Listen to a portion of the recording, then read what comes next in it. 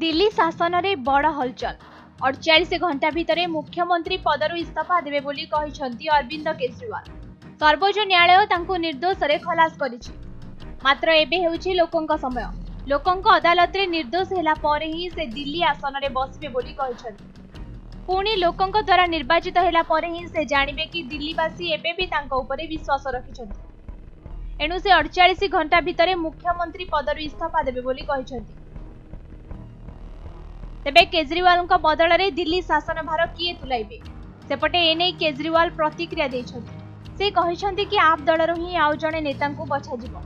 आप दलर बैठक पर किए आगामी मुख्यमंत्री हेबो बोली जणा पड़िबो। एबे सबुठारु बड़ प्रश्न उठुछि, काहाकू नेता भाबे बाछिबे आप दल?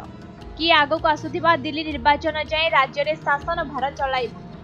सेपटे एहाकू नै बीजेपी कहिछि कि निश्चिंत केजरीवाल पत्नी सुनीता को एही दायित्व देबे। एणु एभली चाल चलाउछंती केजरीवाल, कारण केजरीवाल जेल में थिबा बेले तांका पत्नी एठारे सबु दायित्व तुलाइथिले। मात्र बीजेपी रो एभली प्रश्न रे पूर्णछेद पकाइछंती केजरीवाल का पत्नी सुनीता। से मुख्यमंत्री रेस रे नथिबा स्पष्ट करिछंती। एहास उपमुख्यमंत्री मनीष सिसोदिया मध्य मंत्री पद पई दाबीदार थिले मध्य सेही दायित्व तुलाइबे नाही, कारण मद दुर्नीति मामला रे मनीष सिसोदिया मध्य फसिथिले। एणु लोक पुणी निर्वाचन ने बाछिबा परे ही से ही दोषरु मुक्त हेबे। तेबे मुख्यमंत्री रेस रे एबे 4 जनक ना आगो आसिछि। सेमाने होछंती दिल्ली जल मंत्री आतिशी मार्लेना, कैलाश गेहलोत, सौरभ भारद्वाज और गोपाल राय। एही 4 नेता मुख्यमंत्री पद पई दाबीदार अछंती।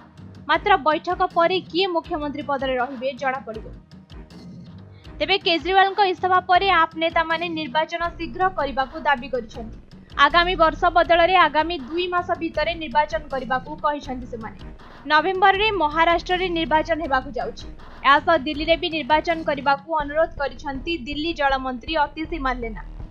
सेपटे एने सौरभ भारद्वाज कहिसंती कि भारत इतिहास रे एभली नेता प्रथम अटंती जे कि निज इच्छा रे मुख्यमंत्री पदरु इस्तीफा देछंती। एबे खाली लोकंक इच्छा उपरे सब निर्भर करे। तेबे लोक निश्चिंत भाबे आपको ही बाछिबे बोली आमे जानु। ब्यूरो रिपोर्ट समय लाइफ।